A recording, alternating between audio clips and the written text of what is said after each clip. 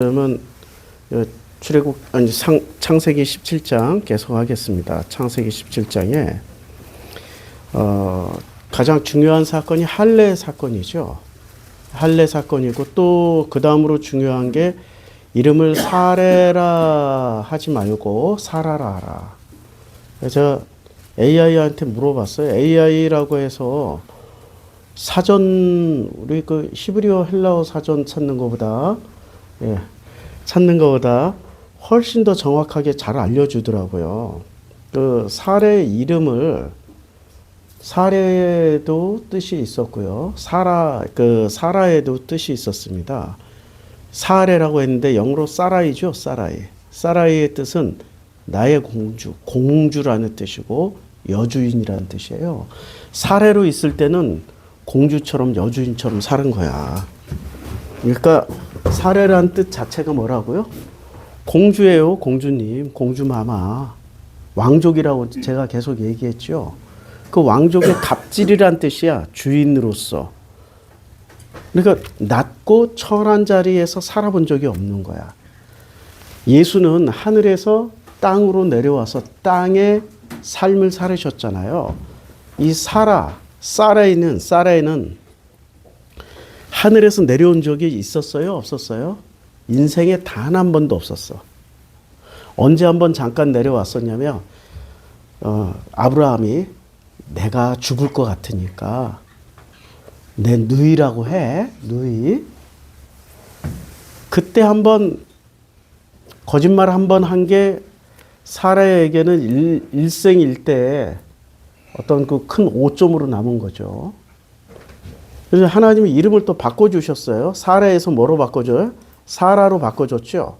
사라로 바꿔줬는데 여전히 사라이나 사라나 이름이 공주, 주인, 하나 더 추가가 돼서 왕비. 그러니까 한 번도 이 바닥의 경험을 해본 적이 없는 삶을 살다가 가신 분. 하나님의 이름을 아니 좀 예수 하면은 하늘에 계시다가 땅으로 내려오신 성육신 하신 분. 그야말로 그 모든 영광과 하늘의 그 위대함을 다 내려놓으시고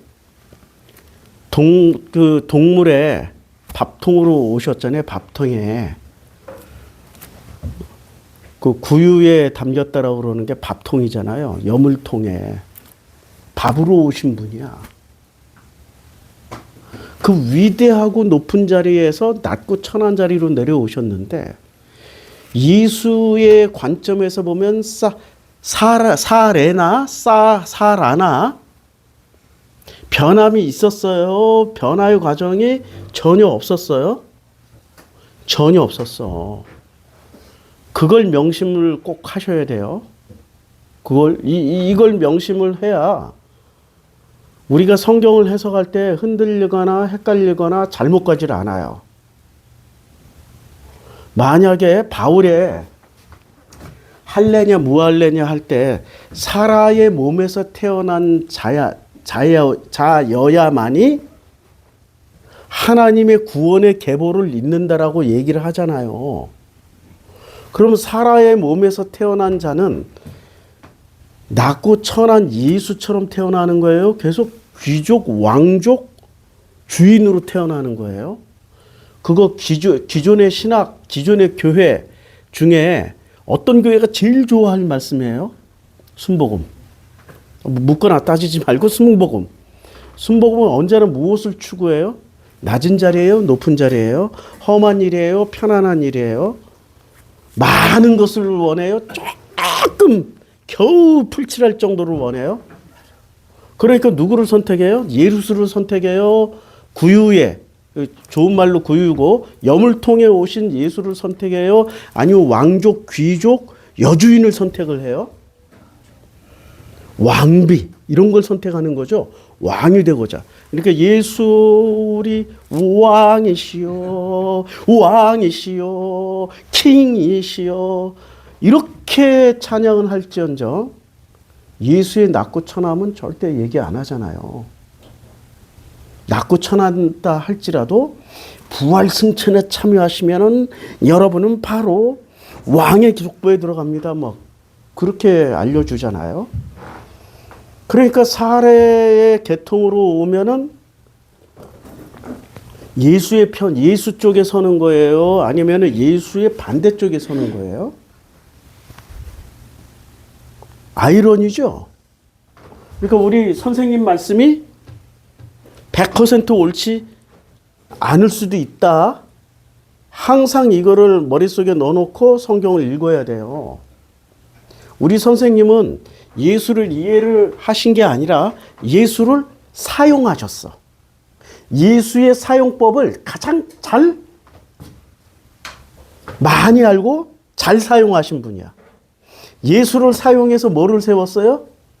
기독교를 세웠고 그 기독교는 예수 위에 세워졌어요? 아니면 우리 선생님 위에 세워졌어요? 그러니까 선생님이 기고만장하셔서 뭐라고 말씀하세요? 나를 따르라, 나를 본받으라고 그러잖아. 우리 예수는 자기를 본받으라고 그랬어요? 아버지를 본받으라고 그랬어요? 나를 따르라고 그랬어요? 아버지께로 가라고 그랬어요? 자기를 짓밟고 아버지께로 가라고 그랬어요? 징검다리. 자기는 브릿지가 되겠다고, 다리가 되겠다고 그랬지. 우리 선생님과 예수의 주장은 많이 달라요. 그런데 우리는 왜 선생님을 따라가야만 되나요? 저분이 세력을 만들었어. 우리 선생님이 세력을 만든 거를 기독교라고 그러고 나는 기독교인이 된 거야. 그 세력 안에 들어가 있는 내가 그 세력 밖으로 나가는 순간 구원을 받는다, 못 받는다? 못 받는다로 가르쳐 놨기 때문에 감히 나갈 수가 없어요. 근데 예수는 구원에 초점을 맞췄어요? 아니면 아버지께 초점을 맞췄어요? 지금 서로 다르다니까? 이렇게 지향점이 손가락을 이렇게 똑같이 어디를 가르치고 있는데 우리 선생님이 가르친 방향은 구원, 천국을 가르쳤고 예수가 가르친 방향은 어디예요? 아버지 하나님의 품이야. 우리는 그걸 똑같다고 생각하는데 결코 같지 않아요. 안 같아요. 이렇게 해서 교인이 늘어날 것 같으면 얼마나 좋겠습니까? 이렇게 하면 교인이 막 떨어져 나가잖아요. 실제로 많이 떨어져 나갔잖아. 근데도 왜 이런 얘기를 해야 되냐? 사실, 진실, 제대로 된 걸 전하기 위해서는 어쩔 수 없어요. 그럼 우리 선생님을 어떻게 이해를 해야 돼? 예수 안에서 선생님을 이해하면 다 이해가 돼. 2단, 3단도 아니고 다 이해가 된다니까 다 품을 수 있어. 예수를 알고 선생님을 품으면 돼. 그런데 선생님의 논리로 예수를 품으면 그게 예수예요? 선생님이 각색한 가짜 예수예요? 그걸 우상이라고 그러는 거야. 본래 예수가 아니고 각색되어진 예수니까 그걸 우상이라고 그런다고. 만들어진 예수잖아. 본래 하나님의 아들 예수가 아니라 선생님에 의해서 만들어진 예수. 그리고 우리는 우상 숭배하는 기독교는 예수라는 우상을 가지고 신앙생활을 하고 있는 중이에요. 그러니 교회를 다니면 다닐수록 행복해지고 자유로워지고 너그러워지고 죽음을 생각할 때 아, 그럴 수 있겠다. 이제 아버지 품에 들어가는 거구나. 두렵지도 않고 편안해지고 잘 살든 못 살든 이 모든 게 하나님 아버지가 나를 지금 만들어 가시는 과정이구나로 이렇게 여겨지면 굿, 오케이. 그런데 우리 선생님이 세팅해 놓은 대로 세팅해 놓은 기독교 안에서 기독교인으로 살아가면 하나님께 영광을 돌려야 된다. 나 영광을 이만큼 못 돌려서 어떡하지? 하나님이 기쁨이 되는데 기쁨이 못 돼가지고 아우 초라하고 아우 나는 죄인이고 죄스럽고 먼지예요, 똥이에요. 아유 교회 다니면 다닐수록 이게 곧수구리가 돼가지고 고개도 못 들 것 같고 너무 죽을 것 같고 죄스럽고 어디 가서 밥을 한 끼를 먹더라도 자유롭게 못 먹고 영화를 보더라도 이 죄인이 영화를 보면 영화 보고 깔깔깔깔 웃고 기뻐하면 안 되는데 어떡하지 막 웃음이 터져 나오는데 미치겠다. 우리 그러고 살잖아. 자식을 볼 때, 야, 이 자식이, 야, 내가 자식을 가르치는 게 아니라 이 자식을 통해서 내가 배우고 있는 거네. 자녀를 통해서 내가 배워야 되잖아요. 그렇죠? 그런데 내가 이 자녀를 잘 가르쳐가지고 하나님의 영광, 하나님의 기쁨, 십자가의 전사로 만들어야 돼. 너는 반드시 목사가 돼야 되고 선교사가 돼야 되고 뭐 그 하나님께 바친다라고 그 바치는 과정에 항아리 하다가 이렇게 지자식 집어넣어가지고 흰놈의 골짜기에다 던지던 그 시절에 그 사람들하고 뭐가 달라요? 똑같죠. 똑같죠. 자식의 모든 생사 여탈권 운명까지 꽉 쥐어잡고 그냥 하나님이 주신 형상대로 못 살게 만들고 누구의 형상대로 살게 만들려고요? 부모의 형상대로 살게 만들려고 애를 쓰고 악다구니 쓰는 것을 그걸 신앙 좋다라고 착각했잖아. 그건 신앙이 좋은 게 아니야. 사라와 사라의 뜻 아시겠어요? 자, 그럼 하가를 자 아브라함과 아브라함의 뜻을 한번 보자고요. 오늘은 기초 공부하는 거예요. 아브라함은 아버지는 높으시다 또는 존귀한 아버지예요. 존귀한 아버지. 근데 아브라함은 열국의 아버지, 그리고 모든 국가의 아버지 또는 많은 무리의 아버지란 뜻이에요. 뜻이 바뀌었죠. 아브라함과 아브라함이라는 이름 안에는 뜻이 바뀌었는데 사레와 사라는 뜻이 바뀌었어요? 안 바뀌었어요? 뭐만 바뀌었어요? 발음만 바뀌었어. 뜻이 분명하게 바뀌었어요. 아브라함은 존귀한 아버지에서 자기가 존귀한 아버지야. 그러면 누가 영광을 다 받았어요? 존귀한 아브라함이 다 받았어. 근데 영광을 누가 받아야 돼요? 하나님 아버지가 받아야 되잖아. 그래서 이름 뜻이 바뀌었어. 열국의 아버지, 많은 무리의 아버지. 그러니까 자기가 존귀한 아버지가 아니라 그냥 이 세상의 아버지란 뜻이야. 세상의 아버지. 그럼 세상의 아버지는 좋은 의미예요?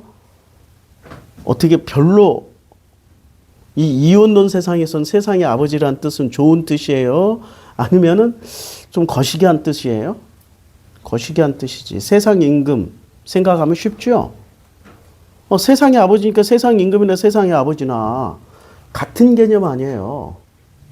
근데 여기다가 또 신성을 포장해가지고 아니 성경에 나온 주인공이 어떻게 그렇게 할 수 있냐고 하나님을 배신하고 아니야 이 세상을 만드신 분이 누구세요? 하나님이시잖아. 그러면 이 세상에 왕을 세우신 분도 하나님이시잖아. 이 세상의 왕과 너 세상의 아버지 해라야 이렇게 할 수 있는 분도 아버지시잖아. 하나님 아버지잖아. 창조주잖아. 그러니까 우리 세상 임금, 세상 왕을 전부 다 나쁘다고만 생각을 해요. 그렇지 않아요. 세상 왕은 뭐 가지고 통치하는 사람이라고요? 은혜 뺀 선악. 선악 지식만 가지고 세상을 통치하는 사람이라고. 뭐만 없어요? 은혜만 없어. 하나님은 이 세상 임금에게 통치권을 줬어요? 안 줬어요? 지금도 통치해요? 안 해요? 하고 있잖아. 뺏은 적 없어, 하나님은. 뺏은 적 없다니까. 그러면 이 세상 임금은 철저하게 자기 통치 기준이 있어야 될 거 아니에요. 그 통치 기준이 뭐라고요? 선악 지식으로 통치를 한다고.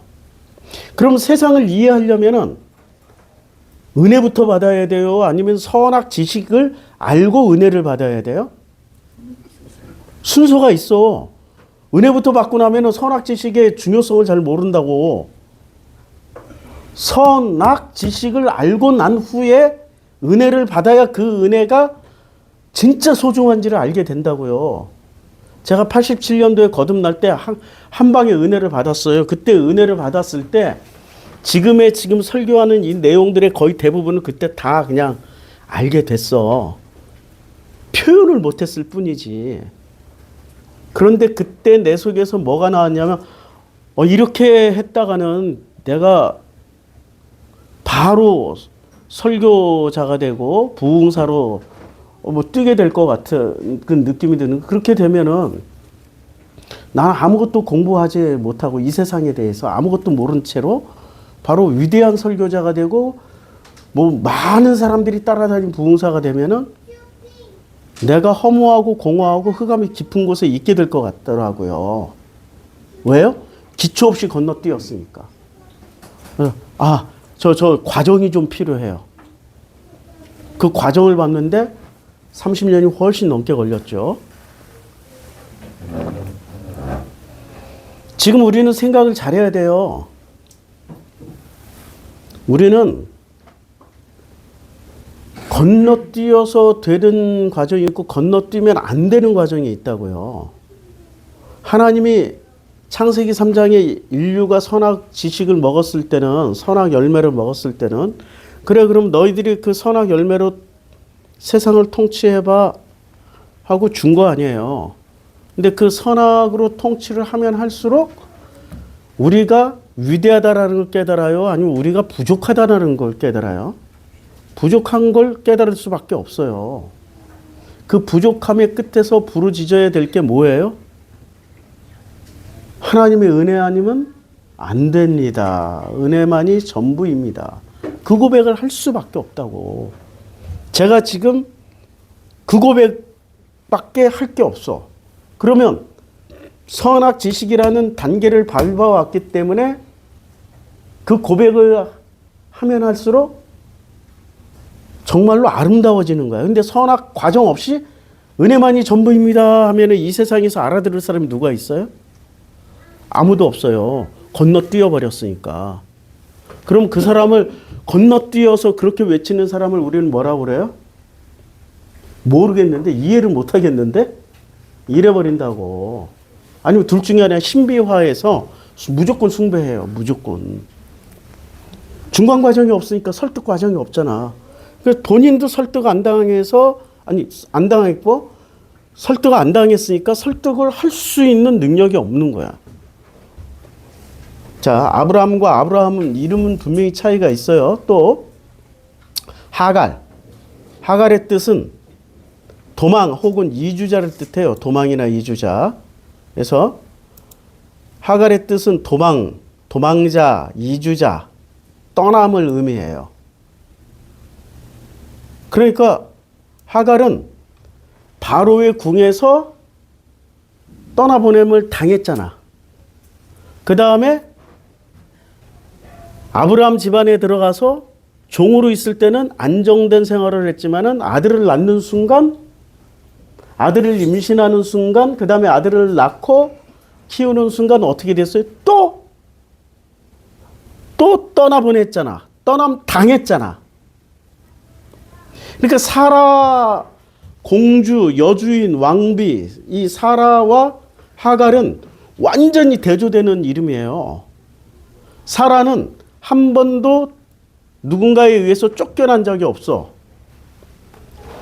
전부 다 본인이 주인이고 본인이 여왕이었고 본인이 공주였기 때문에 자기가 결정하면 되는 거지, 누구에 의해서 이렇게 쫓겨다니거나 도망다니거나 할 필요가 없었던 거예요. 그런데 어떤 놈을 만나가지고 계속해서 자기의 고향, 본토 친척 아비집을 떠나게 됐어요? 아브라함을 만나가지고. 아브라함을 만나서. 자기의 이름대로 살았어요? 못 살았죠. 그렇지만 자기의 이름대로 살지는 못했지만 하갈이 들어오는 순간부터 꼭 무슨 자기의 이름대로 살게 됐잖아요. 주인으로서, 왕비로서, 공주로서 부려먹으면서, 몸종을 부려먹으면서 그렇게 살았죠. 근데 하갈은 바로의 궁전에서 떠남 당하면서 아브라함 집에서 떠남을 또 당해야 돼. 그러니까 이 이름의 성경에 이런 이름들이 있다라는 것은 대단한 어떤 메타포를 가지고 있는 거예요. 이걸 이제 해석을 해 나갈 거예요, 오늘. 자, 이스마엘. 이스마엘 뜻이 뭐라고요? 하나님께서 들으신다. 아유야. 이 세 사람, 네 사람 중에 이름 뜻이 제일 좋아. 하나님께서 어떻게 해요? 들으신다. 하나님께서 돌보신다. 히브리어 이시마, 듣다와 엘의 합성이기 때문에 이시마엘이에요. 이시마엘인데 이스마엘을 이슈마엘 이렇게 히브리어로는 읽을 수 있는데 이게 무슨 뜻이라고요? 하나님께서 돌보신다. 하나님께서 들으신다야. 와. 그러면 이삭의 뜻을 한번 볼까요? 이삭. 이름을 한번 비교를 해보자고요. 이삭의 뜻은 그가 웃는다. 웃음. 웃긴다야. 웃긴다. 아유 웃긴다야. 예, 웃기는 사람이야. 단순히 웃음뿐 뭐 그러니까 이 이삭이라는 이름보다 아니, 웃는다 뭐 웃음이다 이거보다 이스마엘의 하나님께서 들으시거나 하나님께서 돌보신다. 어떤 거 선택하시겠어요? 이스마엘. 이스마엘 선택하는 거지. 이스마엘. 그러니까 지금 아브라함, 사라, 이삭 이름으로 보면은 아브라함은 열국 세상 임금이고 열국의 아버지니까 세상 임금이란 뜻이잖아. 그 다음에 그 세상 임금의 왕비가 누구라고요? 사라. 이삭은 세상 임금의 왕비에서 태어난 그 이삭은 이 세상에 웃음을 줘야 되는 거야. 통치자 엄마 아버지 밑에서 태어난 이삭은 웃음을 줘야 되는데 이 웃음이라는 게 여러 가지가 있죠. 행복해서 나오는 웃음이 있지만 비웃음도 있고 여러 가지 의미가 있단 말이에요. 어떤 의미로 우리가 받아들여야 될까? 이걸 지금 이제 해석을 해야 되는 거예요. 자, 우리 이 성경을 좀 이해하기 전에 창세기 16장에 17장을 다시 창세기 17장을 하나님이 이제 할례를 받지 아니한 남자 곧 그 표피를 베지 아니한 자는 백성 중에서 끊어지리니 그가 내 언약을 배반하였음이라. 요 할례라는 어떤 특정한 의식이 나와요. 할례. 할례는 언약의 상징이지만은 철학자들의 분석에 의하면 할례라는 이 기표를 통하여서 어디로 들어가는 거예요? 할례라는 기표를 통하여서 하나님이 어떤 정해준 그 약속해 주신 어떤 상태로 들어가는 거야. 상태. 그런데 이 상태로 들어가야 되는데 이 상태가 어떤 상태여야 돼요? 이 상태가. 그러니까 지금 이삭이 태어나기 전에 할례를 다 받아야 되는 거잖아. 이삭이 태어난 후가 아니고 이삭이 태어나기 전에. 그러면 이삭은 가장 그 나중에 할례 받은 자야. 이 집안에서 가장 나중에 가장 첫 번째 할례 받은 자가 누구예요? 아브라함. 가장 첫 번째 할례를 받은 사람이 아브라함. 이름이 바뀌었어요. 아브라함이 받았고 그 다음에 할례 받은 자가 누구예요? 이스마엘이에요. 그러면 이스마엘은 할례를 통하여서 어디로 들어갔어요? 어떤 하나님이 원하는 어떤 상태로 들어간 거야. 누구하고 누구가? 아브라함과 이스마엘이 동시에 다 들어갔어요. 이삭이 태어나기 전에 할례를 받은 거잖아. 그러면 이삭보다 훨씬 앞서서 하나님이 원하시는 어떤 상태에 들어가 있는 거예요. 자, 이 상태로 놓고 보면은 우선권이 이스마엘에게 있어요? 이삭에게 있어요? 이스마엘에게 있는 거지. 우선권이. 그러니까 바울은 무할례를 계속 주장할 수밖에 없는 거지. 할례 가지고 주장하면은 우선권에서 이스마엘의 우선권이 있게 되니까. 그러니까 이 치열한 어떤 그 기독교 세우기의 일환으로서 우리가 생각을 해야지. 그러면 기독교 자체가 진리입니까? 기독교는 그냥 종교 시스템일 뿐이에요. 기독교 자체가 진리는 아니야. 우리가 꿈을 깨자고. 기독교 자체를 뭐로 놓고 보면 예루살렘 성전으로 놓고 보면 돼요. 성전. 그러면 이 성전 자체가 진리예요? 아니면 성전이 어떤 진리를 상징하는 기표예요? 그렇죠. 기독교라는 거는 그 자체가 본질이 아니라 뭐라고요? 기표야. 기표에 불과해. 기표에 불과하다고. 성전이 진짜 본질이 되려면은 성전 안에 누가 계셔야 돼요? 24시간 365일 누가 계셔야 돼? 하나님 아버지가 계셔야 돼. 근데 하나님은 성전에 있다고 그랬어요? 성전 밖에 있다고 그랬어요? 구약 내내 성전이 없다고 그랬단 말이야. 그래서 이 성전은 어떻게 된다고? 예수가 돌 하나도 돌 위에 남겨지지 않고 다 무너져야 돼. 그럼 마찬가지로 성전과 마찬가지 역할을 하고 있는 게 기독교라는 단체예요. 기독교 안에 하나님 계셔요? 이게 참 어렵죠? 예. 기독교 안에 하나님이 계신 게 아니라 기독교 안에는 교리만 있을 뿐이야.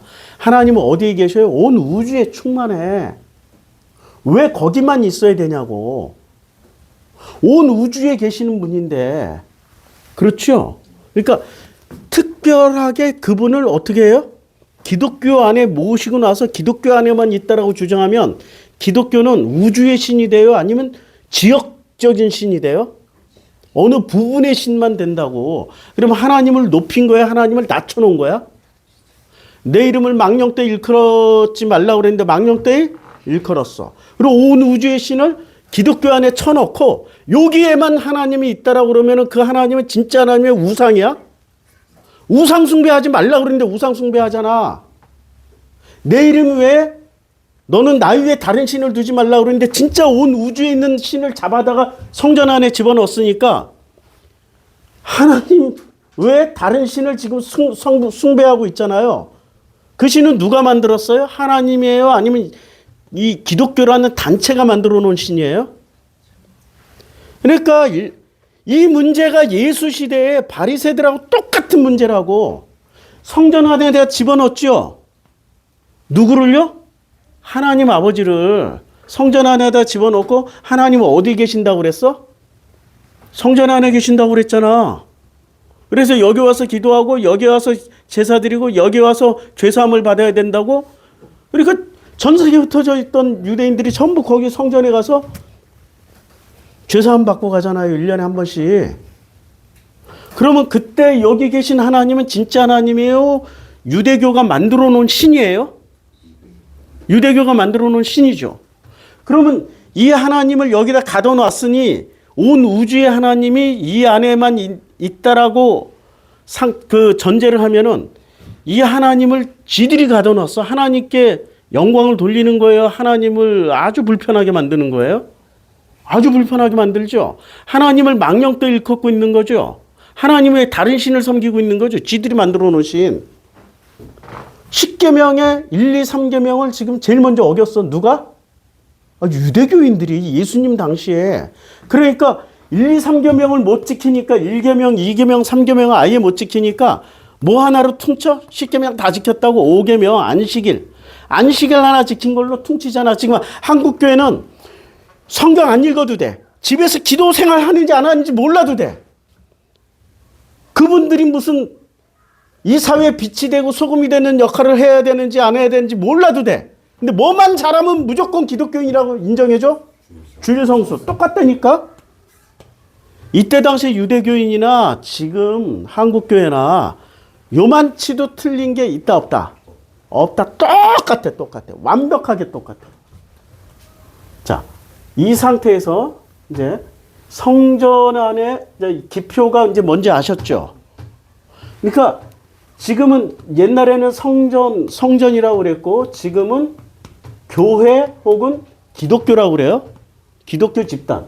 그러면 이걸 지금 할례라는 건 본질이에요? 아니면 어떤 그 상징이에요? 이 상태로 들어가기 위한 상징이죠. 바울은 이걸 본질로 뭐를 봤냐면 이게 본질이 아니라 상징이야. 바울도 이걸 기표로 본 거야.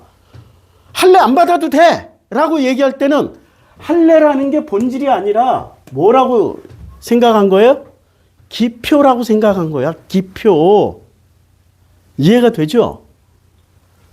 그러니까 예수 알고 바울을 알면은 해석을 할 수 있어. 이제 바울 알고 예수를 알면은 우리는 뭐부터 들어간 거예요?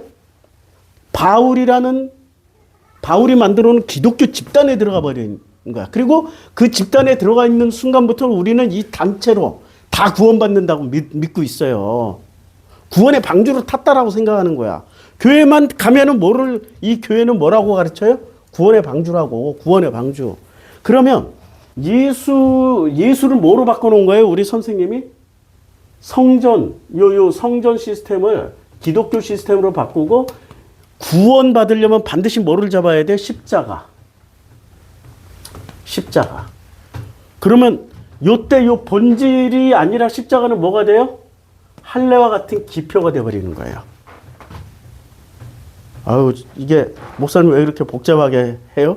복잡하게 이렇게 철학적으로 해줘야, 내 말 말고 철학적으로 해줘야 조금이라도 더 분명하게 이해를, 인류사가 다 해석해 놓은 위대한 업적 아니에요. 십자가는 기표가 돼버리는 거예요. 할례를 폐기하면 십자가도 폐기할 수 있다라는 얘기야. 오, 무서운 얘기죠. 그러면 십자가를 뭐로? 예수는 십자가에 달린 목적이 우리를 구원하시기 위해서 달렸어요? 아니면은 내 뜻대로 마옵시고 아버지 뜻대로 하시옵소서라고 하시면서 달렸어요? 내가 너희들을 구원하기 위해서 십자가에 달려야 되겠노라라고 말씀하셨어요? 내 뜻대로 마옵시고 아버지 뜻대로 하시옵소서라고 하시면서 달렸어요? 그럼 구원이 먼저예요? 아버지 뜻이 먼저예요? 아버지 뜻이 먼저인데 지금 우리 선생님은 뭐를 끄집어냈어요? 아버지 뜻을 끄집어냈어요? 구원을 딱 꺼내왔어요? 그러면 요 성전 안에 그때 당시 유대교인들이 성전에 가는 목적이 아버지 뜻을 알려고 한 거예요? 구원 받으려고 간 거예요? 이야, 똑같다니까? 그럼 우리 선생님이 나는 바리새 중에 바리새는 겸손의 표현이어야 해요? 진짜 바리새 중에 바리새라서 그런 표현을 쓰신 거예요? 겸손의 상징이 아니라니까. 바리새 중에 바리새의 그 지향점이 지금 이거야. 성전을 뭐로 만들었어요? 도구로 전락시켰잖아. 무슨 도구? 구원 받으려면 성전에 와서 성전세 내야 되고, 성전에 와서 제물 바쳐야 되고, 구원 받으려면 뭐를 해야 된다고? 죄사함을 받아야 되고, 구원 받기 위해서는 뭐를 해야 돼? 처음에 너희들이 의무를 다해야 돼. 그 의무가 뭐야? 1년에 한 번씩 6월절에 와서 성전세를 바쳐야 돼. 그 다음에 구원 받기 위해서는 죄가 없어야 돼. 그래서 제사를 드려야 돼. 피의 제사를 드려야 된다고. 그러니까 우리 선생님이 십자가를 통하여서 구원의 교리를 꺼내온 거는, 꺼내온 거는 하나님의 뜻이에요? 아니면은 바리새들의 교리에서 꺼내온 거예요? 이게 바리새의 교리라니까. 죄사함, 피의 제사, 그리고 반드시 성전에 가서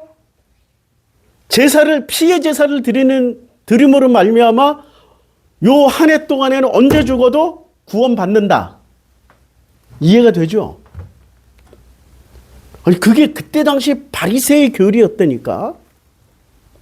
근데 우리 예수는 그런 교리를 말씀하셨어요? 아니면 내 뜻대로 마옵시고 아버지 뜻대로 하시옵소서라고 말씀하셨어요? 그러니까 아버지 뜻이 먼저예요? 우리가 쟁취해야 될 구원이 먼저예요? 아버지 뜻이 먼저인데 아버지 뜻이 뭔지를 교회에서 가르쳐줘요? 배운 적 있어요? 없다니까. 이게 지금 문제 중에 가장 큰 문제야. 자, 그러니까 할례를 받음으로 인해서 이제 그 집안의 기표, 아브라함 집안에, 그러니까 여호와 하나님의 어떤 목적을 이루고 또 하나 이 기표를 통하여서 어떤 상태로 들어가냐면 가족이라는 상태로 들어간다고. 아브라함으로 치면 가족. 지금 할례 받은 무리들은 전부 다 가족이야. 근데 이 할례를 받을 때 대대로 모든 남자와 집에서 난 자, 또는 너희 자손이 아니라 이방 사람에게서 돈으로 산 자를 막론하고 난지 8일 만에 할례를 받아야 돼. 너희 집에서 난 자든지 너희 돈으로 산 자든지 할례를 받아야 하리니 이에 내 언약이 너희에게 살아있어 영원한 언약이 되려면은 영원한 언약으로 들어가는 순간부터 이때부터는 전부 다 할례를 받는 순간부터 뭐가 된다고요? 공동체, 가족 공동체가 된다고. 안 그래요? 하나님이 하라고 하는 할례를 받았으면 유대인이냐 아니냐 구분하는 방식이 2차 세계대전에 나치가 남자들을 유대인인지 아닌지, 왜냐면 피가 다 섞여가지고 얼굴이 똑같다니까 독일인처럼 똑같이 생겼어. 근데 뭐로 구분했어요? 바지 벗어 하면은 바지 딱 내리는 순간 유대인들은 뭐가 돼 있어요?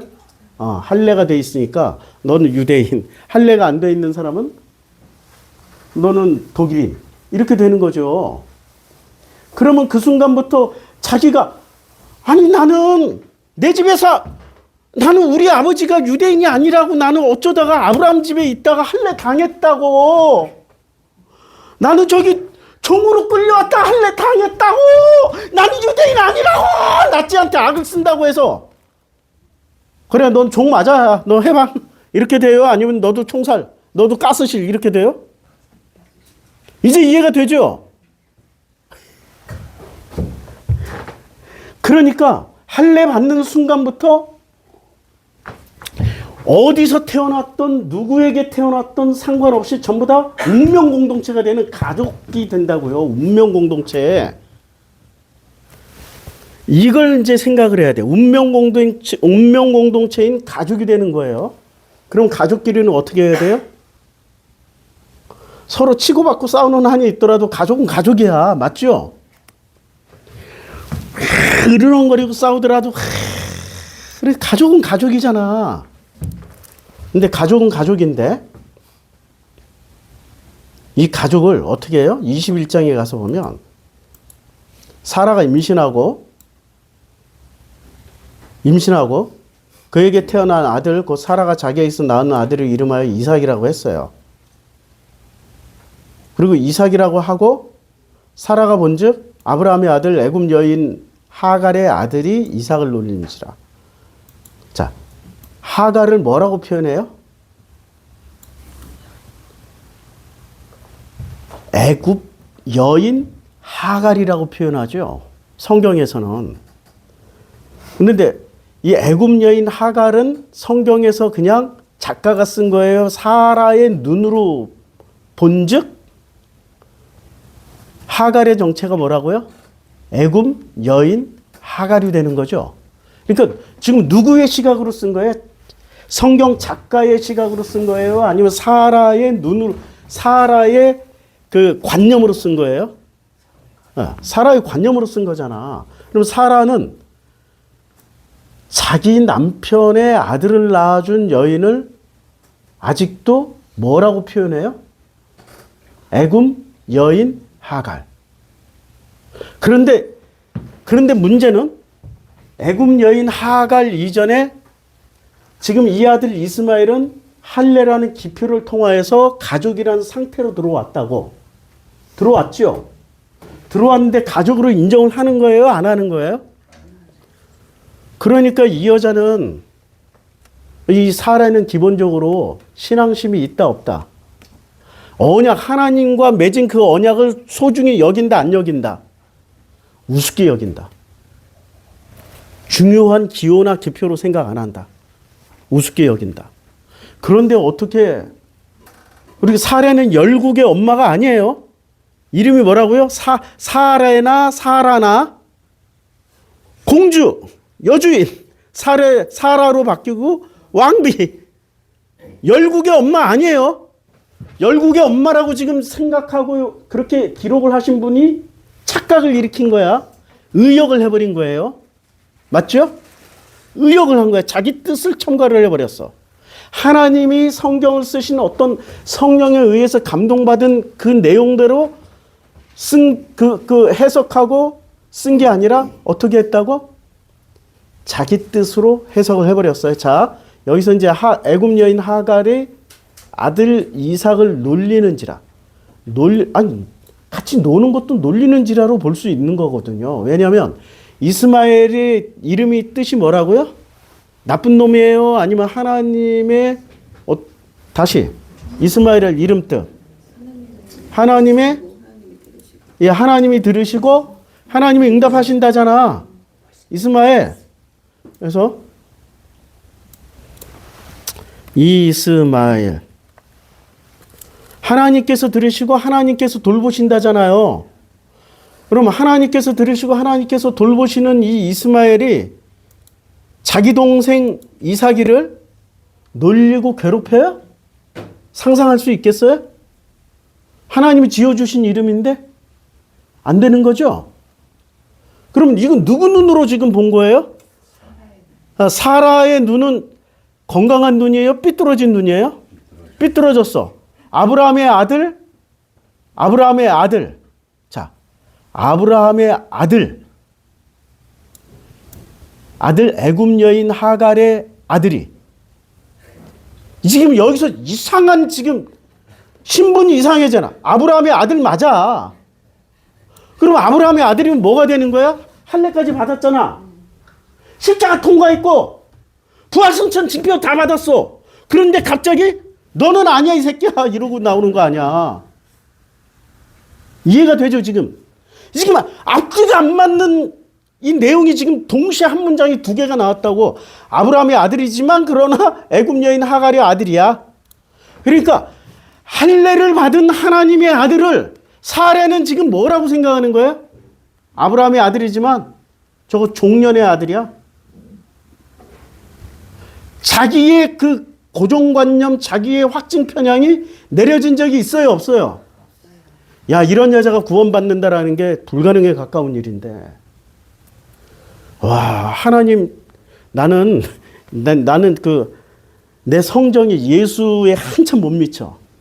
그래가지고 좀 부족한 사람, 힘든 사람이 내 앞에 있잖아요. 내가 못 견뎌서 내가 먼저 화병 걸려서 죽어.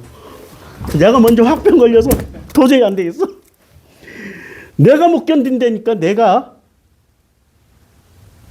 우리 사라 누님하고 나하고 성정이 많이 비슷해.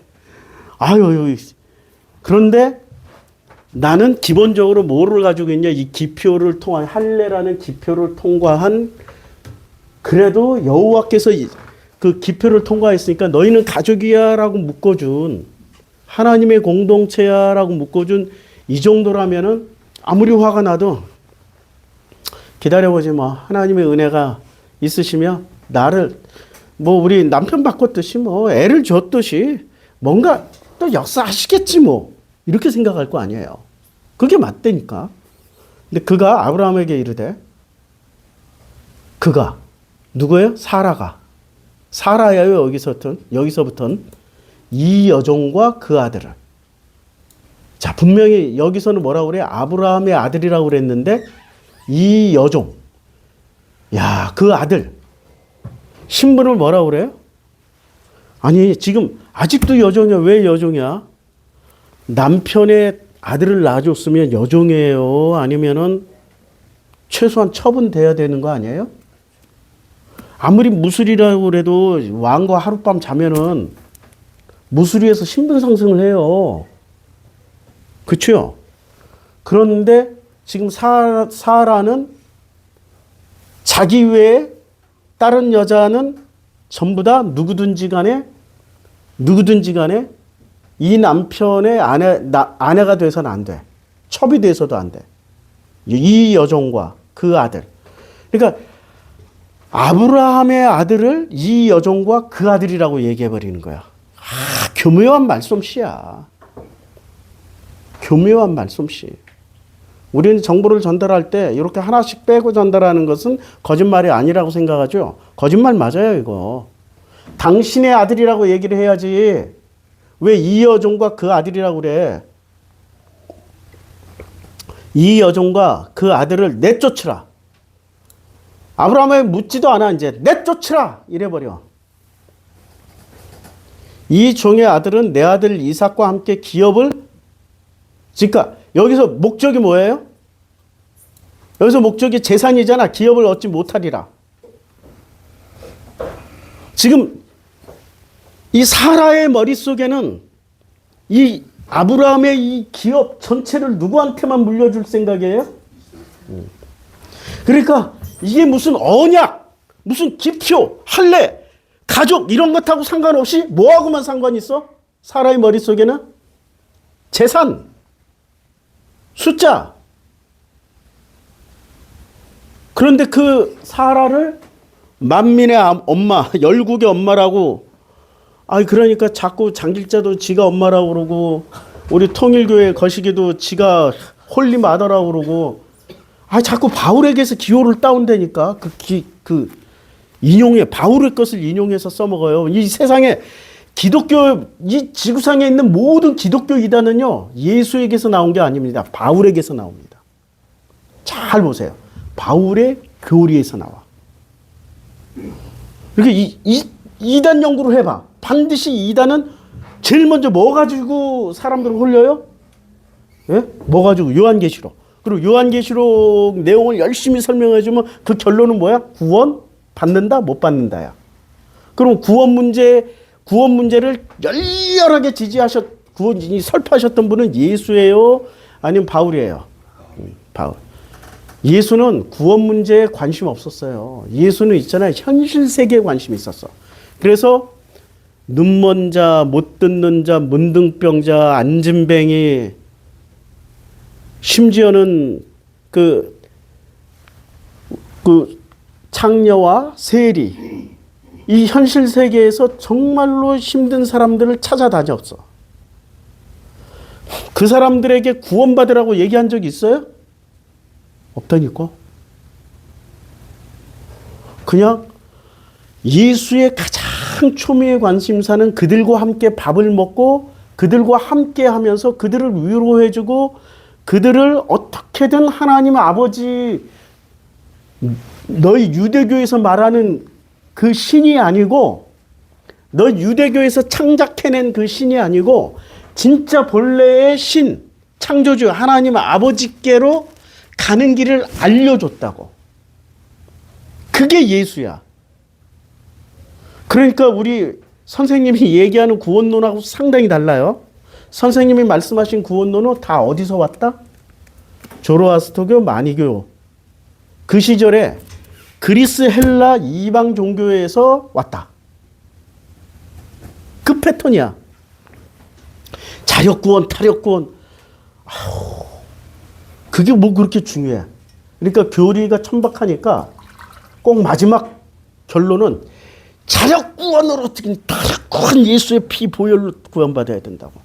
종교사에 보면요, 자력구원, 타력구원 무지기수로 많아. 무지기수로 타력구원 많아. 스스로 어떻게 구원을 받아? 안 그래요? 그러니까 지금 내가 이렇게 얘기하면은 사람들이 나더러 이단이라고 그러겠지. 왜? 바울만 하니까. 바울의 교리 안에서만 생각하니까. 예수를 찾으라고 얘기하는 거예요, 지금. 구원은 예수 믿는 순간 구원은 이루어졌다, 끝났다, 다 완성됐다, 아니면 아직도 죽기 살기로 표대를 향해서 구원을 향해서 쟁취하러 가야 된다.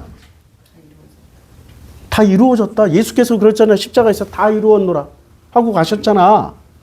그런데 왜 우리 선생님 따라가면 죽기 살기로 아직도 구원에 목말라가지고 구원. 야, 구원. 옛날에 많이 놀렸는데 구자하고 원자하고 합치면 뭐가 돼요? 9하고 1하고 합치면 10이 되잖아. 야, 완벽한 숫자 됐네. 이게 구원이네. 성경에서 말하는. 근데 10의 숫자는 7의 숫자하고 같아요? 달라요? 성경에는 숫자가 많이 나오는데 7이라는 숫자는 이거는 창조의 7일이죠. 하나님의 시스템이야. 그러면 이 10이라는 숫자의 대표는 뭐예요? 10부장, 100부장, 1000부장. 그러니까 10이라는 건 세상의 숫자야. 어디로 구원받아? 구원 하면 어디로 가냐고. 하나님 나라로 가는 거예요? 아니면 세상 나라로 도로 들어가는 거예요? 이거는 근거 없는 얘기야. 그 구원이라는 단어 가지고 그냥 한번 풀어본 거예요. 근거 없는 얘기인데, 구원 받았으면은 행복하고 기쁘고 만족스럽고 자유롭게 무엇을 하든지 간에 하나님의 기쁨이 되고 하나님께서 우리가 기뻐하시는 자가 되고 하나님께 영광을 돌리는 행위를 24시간 360일 할 수 있잖아요. 구원받은 자들은.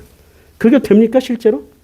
절대 안 되죠. 자, 기업을 얻지 못하리라 하므로 아브라함이 그의 아들로 말미암아 그 일이 매우 근심됐어요. 아브라함은 이때 최초로 근심이라는 걸 하기 시작한 거야. 아브라함 근심이 있었어요 그동안에? 없어. 근심할 틈조차 없이 바로 뭐가 튀어나와? 거짓말이 튀어나오잖아. 누이라고 해? 누이? 아브라함은 근심 같은 거 안 하는 사람이라고. 뭐부터 해? 행동부터 나와. 근데 매우 근심이 됐어요. 왜 근심을 해요? 자기 아들이잖아. 이스마엘도 자기 아들이잖아. 사라의 입장에서 보면 여종, 그러니까 애굽의 여종 하갈의 아들이겠지만 아브라함은 똑같이 할례를 받은 자기 아들이라고. 같은 할례를 받은 자기 아들이라고. 이해가 되죠? 근데 하나님이 이때 개입하십니다. 하나님이 아브라함에게 말씀하십니다. 내 아이나 내 여종으로 말미암아 근심하지 말고 사라가 내게 이른 말을 다 들으라. 그러면 사라가 내게 이른 말을 다 들으라. 이 장면에서 우리는 뭐를 느껴요? 하나님의 잔인함을 느껴요? 하나님의 대안을 우리가 눈치를 채야 되는 거예요? 하나님의 대안이 있으니까. 이삭에게서 나는 자라야 내 씨라 부를 것입니다. 이삭에게서 나는 자라야 내 씨라고 부른다는 거예요. 그러니까 우리 선생님이 요거 따가지고 온 거야. 딱 요 구절. 그러면 이삭에게서 태어난다라는 것은 정품 태어나요? 삐품 태어나요? 대표적으로 누가 태어나셨어요? 야곱 형님이 태어나셨잖아. 정품이에요? 삐품이에요? 아이고. 그러니까 아브라함 계열 족보 그리고 이 야곱 이 계열 족보를 보면은 정품 족보가 아니라 무슨 족보예요? 만약에 이 정품 족보라면은 이제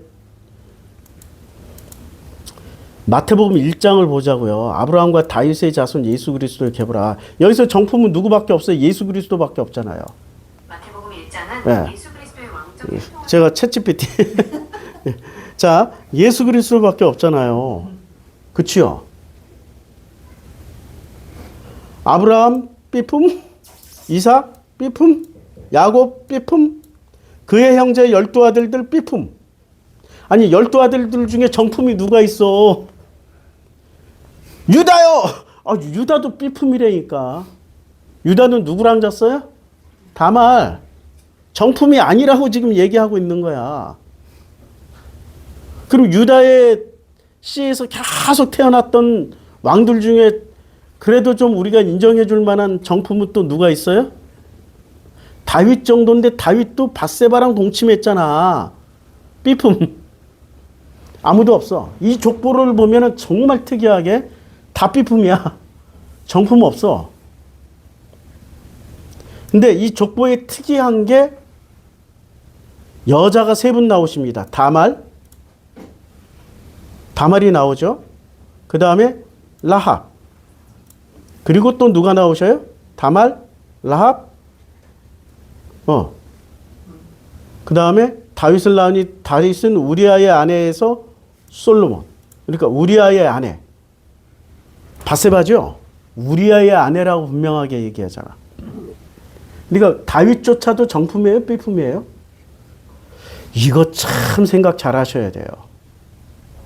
우리는 성경을 도덕 윤리로 읽다가 딱 이 부분에서는 하나님의 은혜로 읽으려고 그래.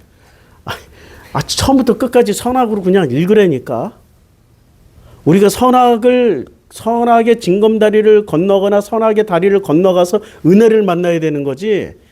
선악으로 갑자기 어느 순간은 선악을 피하고 어떤 순간에 선악을 막 집어넣고 그렇게 해서 만나는 은혜는 진짜 100% 은혜가 아니라고. 자기가 임의대로 해석하는 은혜라고.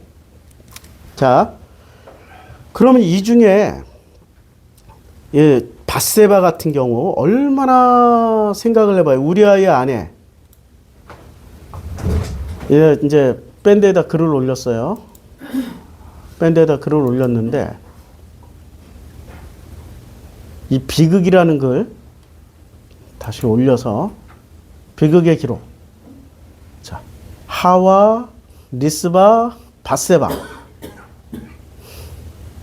이렇게 이 비극의 주인공들이 성경에는 기록이 되어 있어요. 하와는 왜 비극의 주인공이죠? 큰 아들이 작은 아들을 때려 죽이는 인류 최초의 살인을 경험한 엄마라고 자기 몸에서 태어난 이 아들 둘이 하나가 하나를 때려 죽이는 거를 본 거야. 이것만큼 비극적인 거 어디 밖에 나가서 교통사고로 죽어도 비극인데 아들이 아들을 때려 죽인 거야. 그러니 누구를 욕하고 누구를 뭐 저주할 수 있겠어. 그냥 가슴에 묻는 수밖에 없지.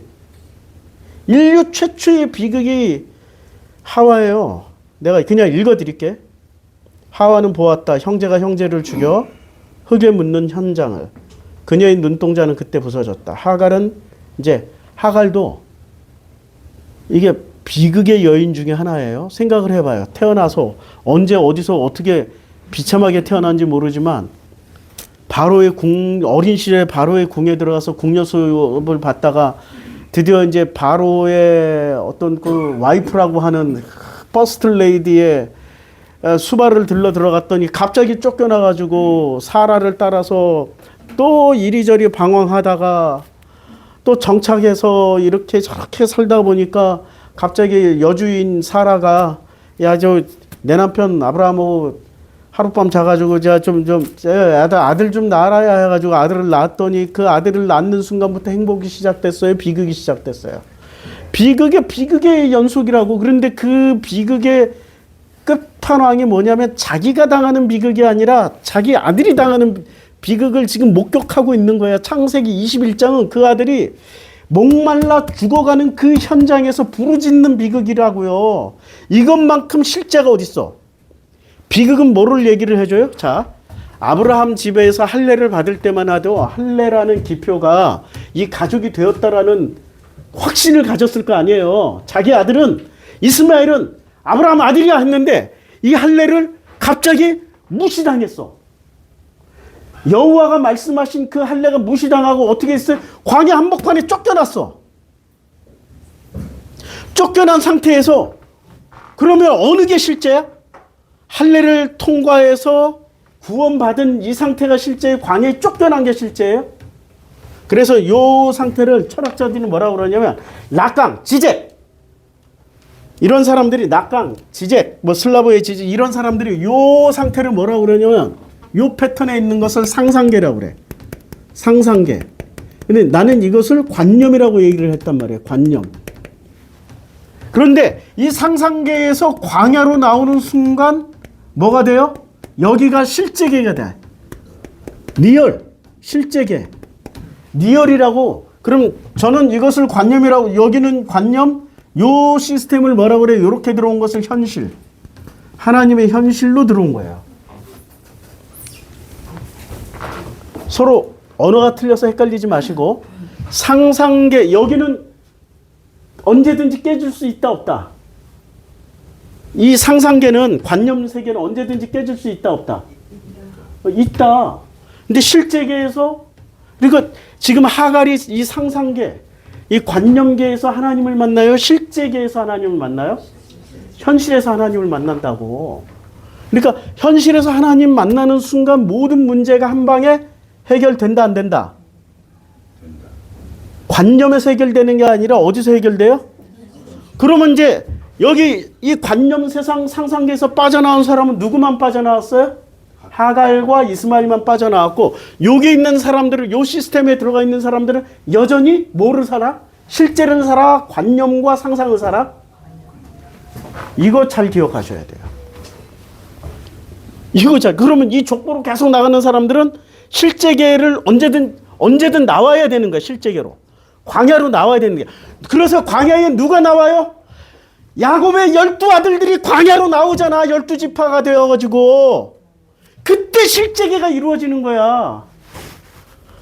그게 400년이 넘게 걸린 거라고. 아브라함과 계약할 때, 창세기 15장에서 계약할 때, 그때 이후에 400년 넘게 이 관념 상상계를 살던 사람들이 비로소 실제계 나온다고. 몇 년 후에 400 몇십 년 만에. 성경에서 430년이라고 그랬나? 그때 비로소 실제계로 나온다고요. 누가 먼저 나왔어요? 선행 학습을 누가 먼저 다 경험하고 보여주셨어? 하갈과 이스마엘이. 놀라운 일이지, 놀라운 일이야. 근데 이 이스마엘의 후손들이 이제 광야에 나온 사람들이 가나안 땅 들어가야 되는데 그 가나안 땅에 바로 들어갑니까? 못 들어가죠. 이렇게 돌아 들어가요. 암몬 족속이 있는데. 그러니까 이 붉은 사람들, 누구의? 에서의 후손들이 있는 대로. 같은 핏줄이기 때문에 우리는 전쟁하지 말자고 이렇게 돌아가. 바로 가면은 한두 시간 거리인데 이걸 돌아서 또 몇 달을 가. 그 장면 기억하시죠? 왜요? 이 상상계에 있는 사람들과 현실계에 있는 사람들이 그 순간 서로 마주쳤는데, 실제계와 실제계가 마주친 거야, 그때는. 그렇죠? 안 싸워. 근데 누구랑 싸워? 가나안 땅에 사는 10부족은 실제계를 살고 있는 10부족이에요. 상상계, 이 관념을 살고 있는 10부족이에요. 관념. 실제계는 관념하고 싸우러 들어가는 거야. 자, 계속 읽을게요. 하갈은 광야의 마른 연일기 속에서 죽어가는 자식을 앞에 들고 짐승처럼 울부짖었다. 그것은 인간이 쌓으려 했던 에덴과 혈통이라는 견고한 환상이 파산하는 소리였다. 락강이 말한 실제의 분출은 그토록 잔혹했다. 성경은 화려한 제단 위의 제사 연기가 아니라 모든 보호막이 제거된 광야의 차가운 흙바닥에 엎드러진 비천한 자의 눈물이었다. 여호와는 그 눈물에 응답을 했다라고 기록을 했다. 여호와의 응답이 타인의 욕망을 욕망하던 우상이 파쇄된. 그러니까 이 상상계에 있을 때는 타인의 욕망을 욕망하잖아요. 이스마엘이 어디에 편입돼서 잘 먹고 잘 살기를 원했어요? 아브라함의 족보에 들어가서 아브라함의 아들로서 아브라함이 물려준 재산 받아가지고 잘 먹고 잘 살기를 말했잖아. 그런데 실제계로 떨어졌어. 광야로 떨어지면서 어떻게 됐어요? 거기서 누구를 만난 거야? 아브라함의 축복을 만난 거야? 하나님의 축복을 다이렉트로 만나버리는 거야? 다이렉트로 만나가지고 12지파의 두령이 바로 됐어. 12지파의 아버지가 돼버렸어요. 누구보다 먼저? 이삭보다 먼저. 실직에서 훨씬 더 빨리 이루어진다고. 그리고 진짜 복 받으려면은 계속해서 이 상상계, 관념계, 우리 선생님이 만들어 놓은 기독교계에 있으면서 계속 복을 받으셔야 돼. 빨리 실제기로 나와야 돼. 그게 더 빨라. 실제기로 나오는 게 더 빨라. 야. 자, 요건 나중에 다 읽어보세요. 밴드에 올려놓은 거. 리스바라는 사람 혹시 아세요? 이 목사님들 중에도 모르는 분이 너무 많아. 리스바는 사울의 아내 중에 하나였어. 사울의 첩 중에 하나였는데, 그때 당시에 다윗이 통치하던 시기에 가뭄이 계속 오랜 시간 지속이 됐어요. 한 3, 4년 계속. 그러니까 가뭄이 지속되니까 이 폭동이 일어날 것 같잖아.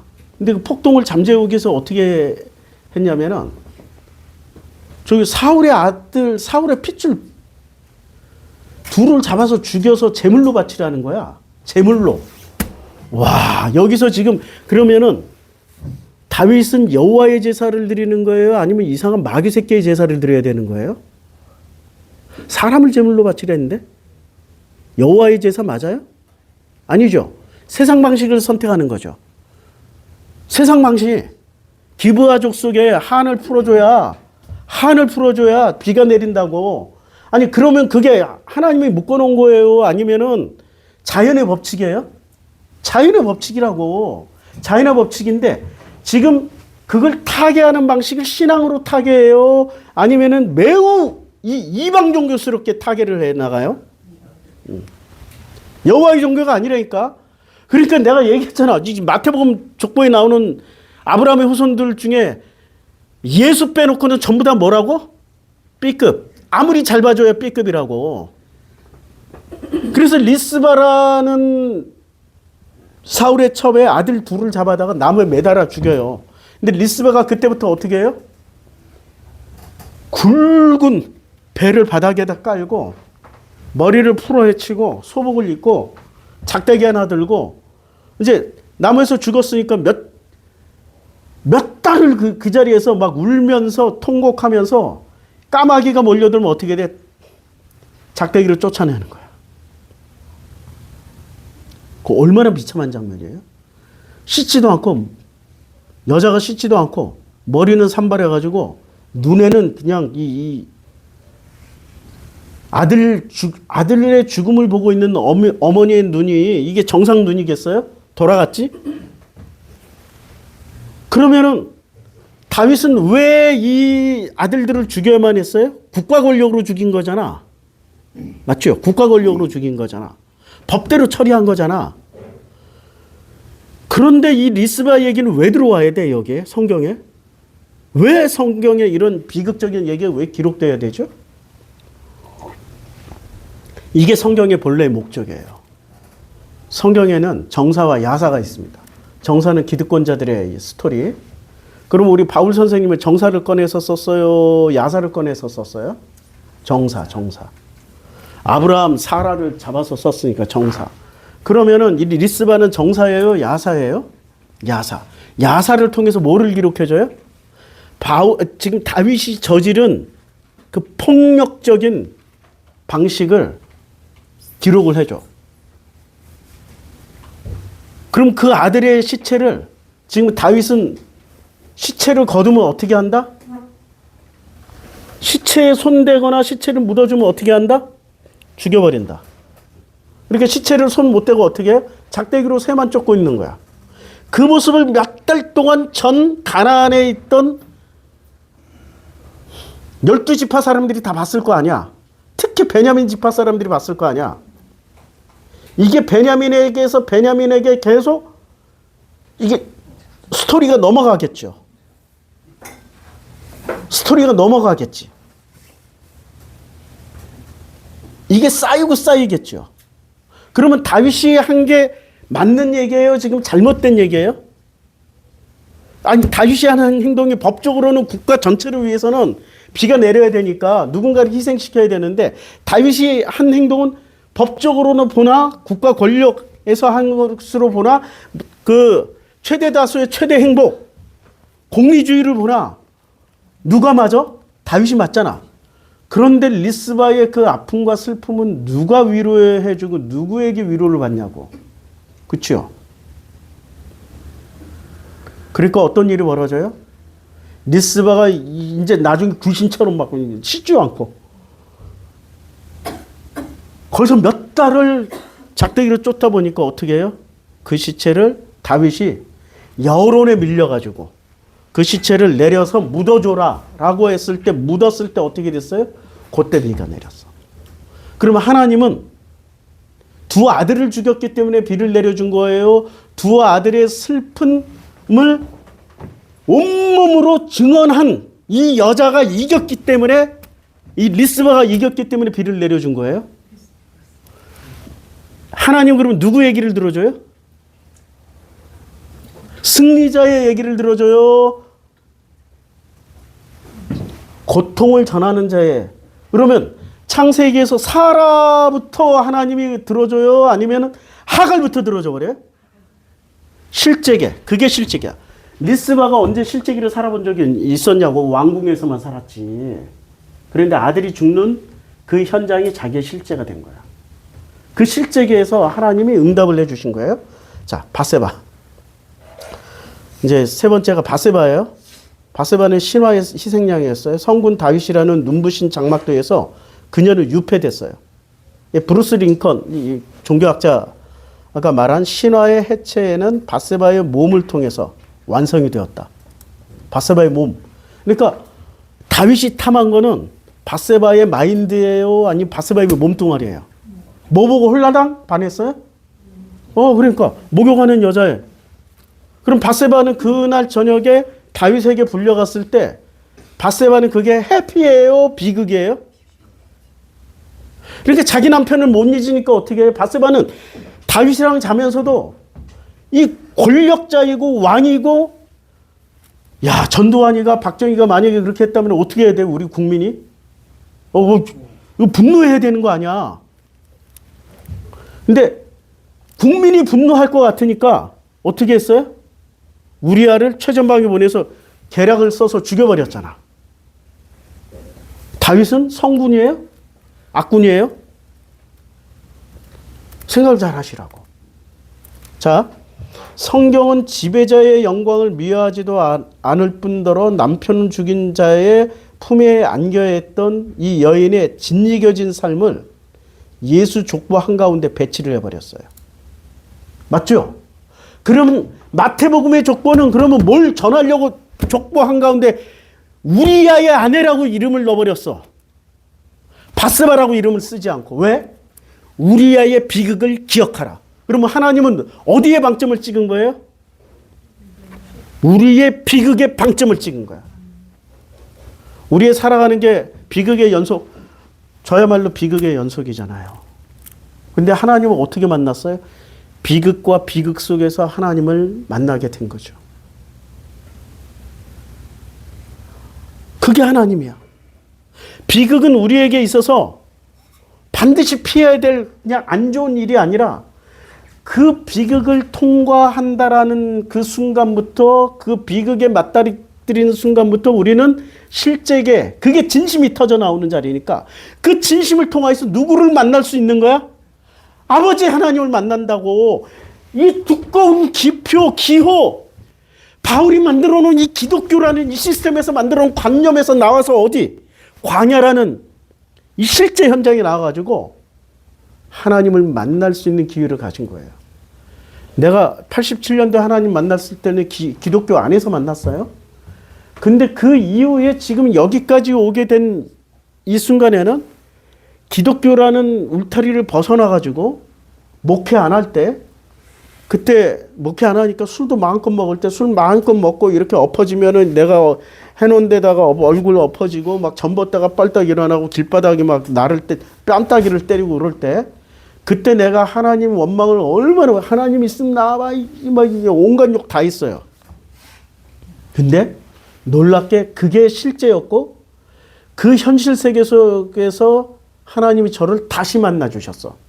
첫 번째 만났을 때처럼 드라마틱하게 막 환상과 뭐 엄청난 이 마음의 그 강력한 이게 뭐 엑스타시라고 표현을 해야 되나? 이 인간의 말에는 없어요. 그런 걸로 만나 주신 게 아니라 현실계에서 아주 이상하게 안 만난 것처럼 해주셨는데 만났어. 그리고 여기까지 오게 된 거야. 그래서 지금 이렇게 이 상상계, 이 관념의 세계에서 빠져나와서 실제계를 얘기하고 있는 것. 이게 지금 설교입니다. 이게 밴드에 올렸으니까 한번 찬찬히 읽어보세요. 여기 댓글을 누가 개인적으로 보내주셨더라고. 여기다 안 쓰시고. 목사님 이렇게 써놓으신 이 글이 너무너무 좋아서 누군가에게 막 보내주려고 그랬는데, 보내줘도 돼요? 네, 보내주세요. 네, 마음껏 나눠주세요. 이렇게. 이런 건 막 보내줘도 돼. 기도하겠습니다. 아버지 하나님, 우리를 상상계, 우리의 관념에서 꺼내서 선악이라는 그 시스템 안에서 꺼내서 하나님의 은혜의 공간으로 내려놓는 자리가 실제계입니다. 그게 광야이고 그게 가장 비참하고 힘들고 어려운 그런 세상입니다. 그 힘들고 어려운 세상에서 우리는 여호와 하나님의 음성을 듣게 되고 여호와 하나님의 그 은혜를 직접 체험하게 됩니다. 그 은혜를 날마다 체험할 수 있도록 축복하여 주시옵소서. 예수님의 이름으로 기도드렸습니다. 아멘. 자, 찬송가 301장입니다.